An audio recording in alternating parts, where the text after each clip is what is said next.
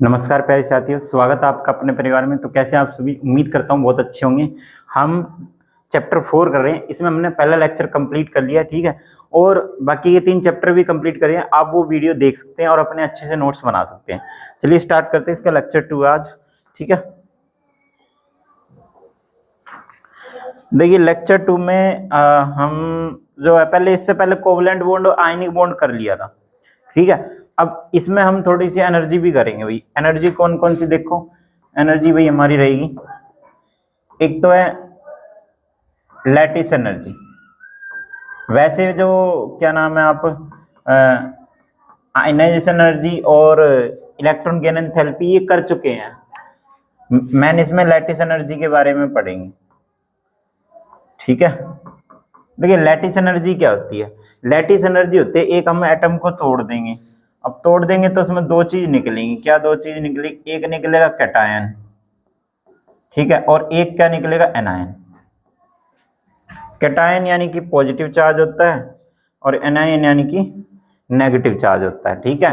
तो हम जो एनर्जी रिलीज होगी कब होगी? जब हम एक एटम को तोड़ेंगे, number of gaseous cation and anion में, ठीक है। The amount of energy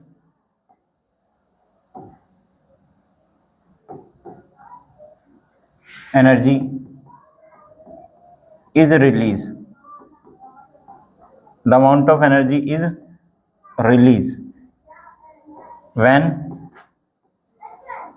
1 mole of atom is break into gaseous cation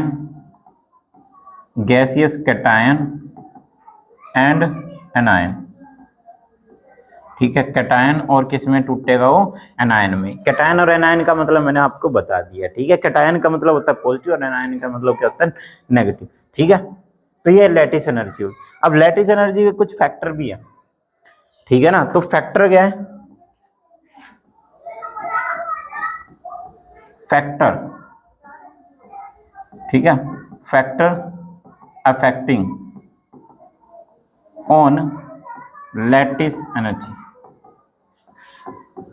ठीक है। फैक्टर अफेक्टिंग ऑन किसके? Lattice energy. एक बार वीडियो चेक कर लेते फिर आगे बढ़ते हैं। चलिए ठीक है, वीडियो क्वालिटी। हाँ, तो क्या बोल रहे थे, इसमें लैटिस एनर्जी के ऊपर फैक्टर करने हैं। तो सबसे पहला फैक्टर आता है इसमें चार्ज। तो चार्ज, ठीक है, चार्ज याद रखना। जो लैटिस एनर्जी है, लैटिस एनर्जी डायरेक्टली प्रोपोर्शनल होगी चार्ज के। अब चार्ज चाहे पॉजिटिव हो या हो नेगेटिव, वो कोई फर्क नहीं पड़ता। वो किस वजह से?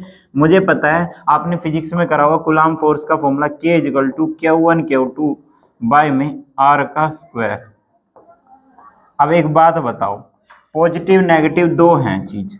जब पॉजिटिव नेगेटिव आपस में मिलते हैं तो स्ट्रॉन्ग फोर्स बनती है। क्या बनती है? Strong force. याद रखना इस बात का। जब पॉजिटिव नेगेटिव आपस में मिलते हैं तो कैसी फोर्स बनती है? Strong force. अब ये बताओ, जब फोर्स ये चीज बढ़ी तो मतलब ये भी बढ़ी, और ऐसी चार्ज बढ़ा तो फोर्स बढ़ी। पर ये तो हमारा साइज है, साइज यानी कि डिस्टेंस है। अगर ये बढ़ी तो ये तो घट जाएगी ना, याद रखना। तो दूसरा फैक्टर इसके बेस पे है, ठीक है। लैटिस एनर्जी बढ़ेगी, मतलब चार्ज बढ़ेगा तो लैटिस एनर्जी भी बढ़ जाएगी, साफ सी बात ही है। दूसरा फैक्टर देखो, दूसरा फैक्टर है साइज। तो साइज ऑफ एटम, ठीक है। तो साइज ऑफ एटम के लैटिस एनर्जी क्या है? इनवर्सली प्रोपोर्शनल होगी। क्या होगी? इनवर्सली प्रोपोर्शनल, ठीक है। लैटिस एनर्जी जो होगी, ठीक है, लैटिस एनर्जी जो होगी इनवर्सली प्रोपोर्शनल होगी किसके? साइज के, ठीक है। किसके इनवर्सली प्रोपोर्शनल होगी? साइज के हो जाएगी, ठीक है। किसके इनवर्सली प्रोपोर्शनल? साइज के। बताओ, क्लियर है ये? हाँ, तो अब सुनो।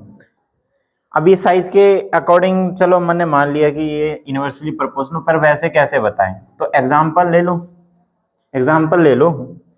मान लो Na है हमारे पास, Na पॉजिटिव, और एक है Al3 पॉजिटिव। अब आपसे मैं कहूं कि किसकी एनर्जी ज्यादा होगी, बताओ किसकी एनर्जी ज्यादा होगी? तो आप कहेंगे जिसका साइज बड़ा, सॉरी ये गलती होगी यहाँ पे,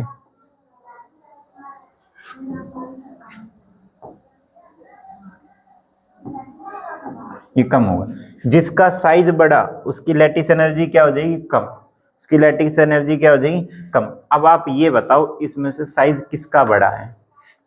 बताओ भाई, साइज Na का बड़ा है या Al3 का बड़ा है? तो आप तो कहोगे जिस पे पॉजिटिव चार्ज ज्यादा उसका साइज बड़ा। नहीं, गलत। देखो साइज किसका बड़ा होता है? जैसे कि फ्लोरीन और अगर क्लोरीन में से कहूं तो फ्लोरीन का साइज बड़ा होगा, इसका छोटा होगा। अब कैसे होगा? इसमें ना देखो फ्लोरीन में कितने इलेक्ट्रॉन है? 9 इलेक्ट्रॉन है, और क्लोरीन में कितने हैं? 17 है। याद रखना जितने ज्यादा इलेक्ट्रॉन होंगे, जितने ज्यादा किसी चीज में इलेक्ट्रॉन है, यहाँ इलेक्ट्रॉन है, यहाँ इलेक्ट्रॉन है, यहाँ इलेक्ट्रॉन है, इसके साइज को क्या है, ये छोटा करेंगे, इस तरह से अंदर की तरफ खींचेंगे, अंदर की तरफ। पर जिसमें इलेक्ट्रॉन कम है, जिसमें क्या है एक ही इलेक्ट्रॉन है हमारा, तो ये साइज को क्या है फैला सकते हैं, ये साइज बड़ा करेंगे। यानी जितने ज्यादा इलेक्ट्रॉन उतना ही ज्यादा उसका साइज क्या हो जाएगा? छोटा हो जाएगा। अब आप देख के बताओ साइज इसका छोटा है, इसका छोटा है, किसका छोटा है साइज? तो आप कहोगे इस वाले का। क्यों? देखो तो इसका साइज छोटा तो एनर्जी क्या हो जाएगी? ज्यादा। तो लैटिस एनर्जी किसकी ज्यादा होगी? जिसका साइज छोटा है। समझ गए या नहीं समझे? ठीक है, जिसमें जितने ज्यादा एटॉमिक नंबर उसका साइज क्या होगा उतना ही छोटा होता चला जाएगा, ना कि बड़ा। याद रखना कहीं तुम 17 और 7 में ये कह दो कि साइज बड़ा, भाई किसका होगा? 17 वाले का। नहीं, छोटा होगा उसका साइज। किसका बड़ा होगा? 7 वाले का। ठीक है, ये याद रखेंगे। मतलब इलेक्ट्रॉन बढ़ेंगे तो साइज घट जाता है। चलो आगे बढ़ते हैं। अब आज हम करेंगे फॉर्मेशन ऑफ कोवलेंट बॉन्ड। ठीक है, किसकी फॉर्मेशन करेंगे भाई? कोवलेंट बॉन्ड की फॉर्मेशन करेंगे यहाँ पे। ठीक है, किसकी फॉर्मेशन करनी है भाई? हमें कोवलेंट बॉन्ड की फॉर्मेशन यहाँ पे करनी है।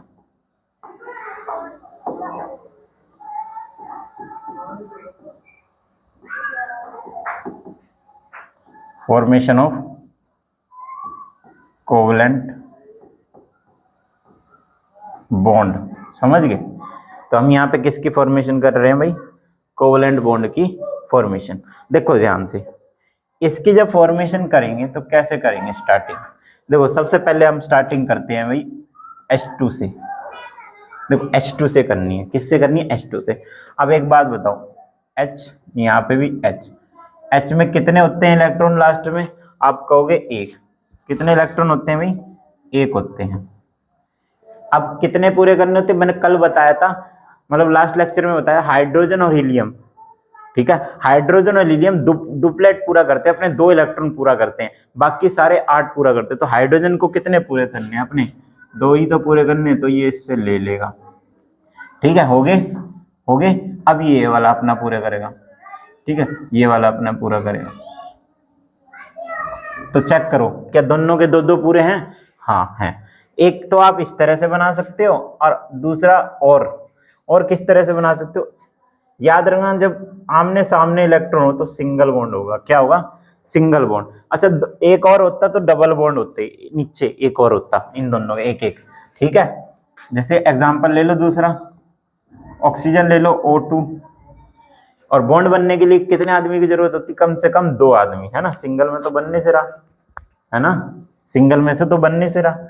अब देखो ऑक्सीजन यहाँ ले ली मैंने, एक ऑक्सीजन यहाँ ले ली। ऑक्सीजन में लास्ट में कितने इलेक्ट्रॉन होते हैं? 8 पे आता है ना ऑक्सीजन, तो 2 6 में टूटेगा, तो लास्ट में कितने होते हैं? 6 होते हैं। तो 6 यहाँ पे बनाएंगे भाई, 2 3 4 5 और 6, ऐसे ही 6 इसके बना दो। बन गए ना?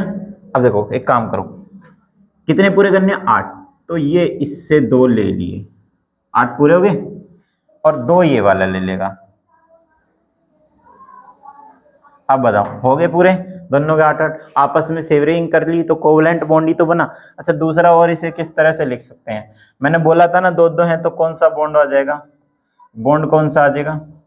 Double bond. कौन सा बॉन्ड आ जाएगा? Double bond. आप इसे ऐसे भी लिख सकते हैं, दोनों ही तरीके ठीक है।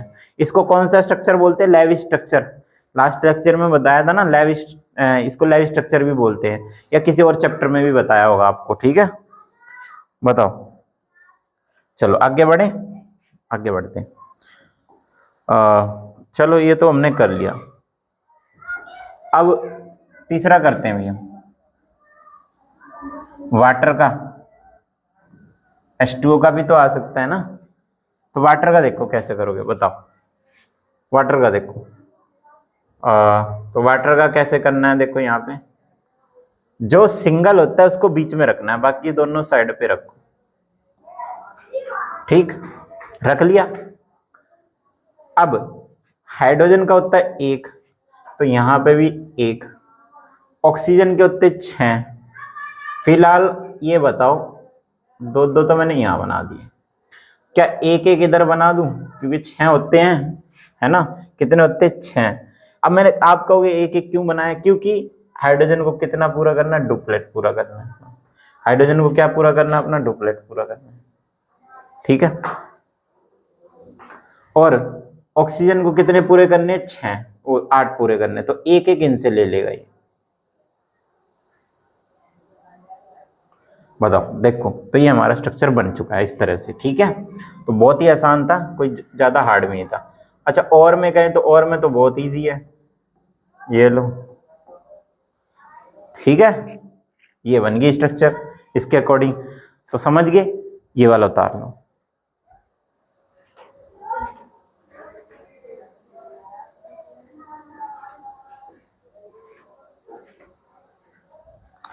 चलिए इसके बाद और करते हैं। अब एक स्ट्रक्चर हम, अब कहोगे 4 वाला और बना के दिखा देता हूं आपको। एक CH4, CH4 को मीथेन कहते हैं, मीथेन गैस, आपको पता हो तो। ठीक है, कौन सी गैस बोलते हैं? Methane gas, natural gas. ठीक है, इसी का नाम होता है। ठीक है, अच्छा अब देखो इसको कैसे बनाएंगे।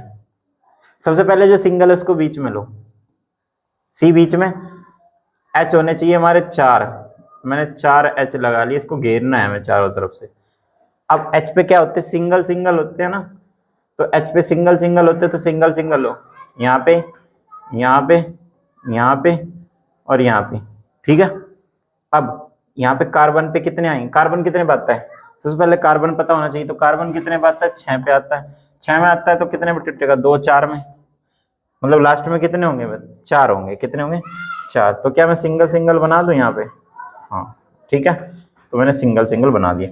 क्या हाइड्रोजन ने डुप्लेट पूरा कर लिया? कर लिया। क्या इसने भी डुप्लेट पूरा कर लिया? डुप्लेट पूरा कर लिया? कर लिया। ठीक है, क्या इसने भी कर लिया? कर लिया। इसने भी? हाँ जी। तो सबने अपने डुप्लेट पूरे कर लिए, पर कार्बन को कितने करने? अपने 8 पूरे, तो एक एक एक एक एक, एक इनसे सबसे सबसे ले लेगा। बताओ, ये स्ट्रक्चर बनेगी किसकी? मीथेन की। और में करना है तो और में कैसे होगा? और में और भी इजी है, और में और भी इजी है। लो, ठीक है, तो ये हमने कुछ 4 स्ट्रक्चर करे हैं, और बाकी के स्ट्रक्चर हम अगले लेक्चर में करेंगे। ठीक है, और क्या नाम है, जो इसकी कुछ लिमिटेशन है वो भी हम अगले लेक्चर में कर लेंगे। ठीक है, तो ये आप कर सकते हैं।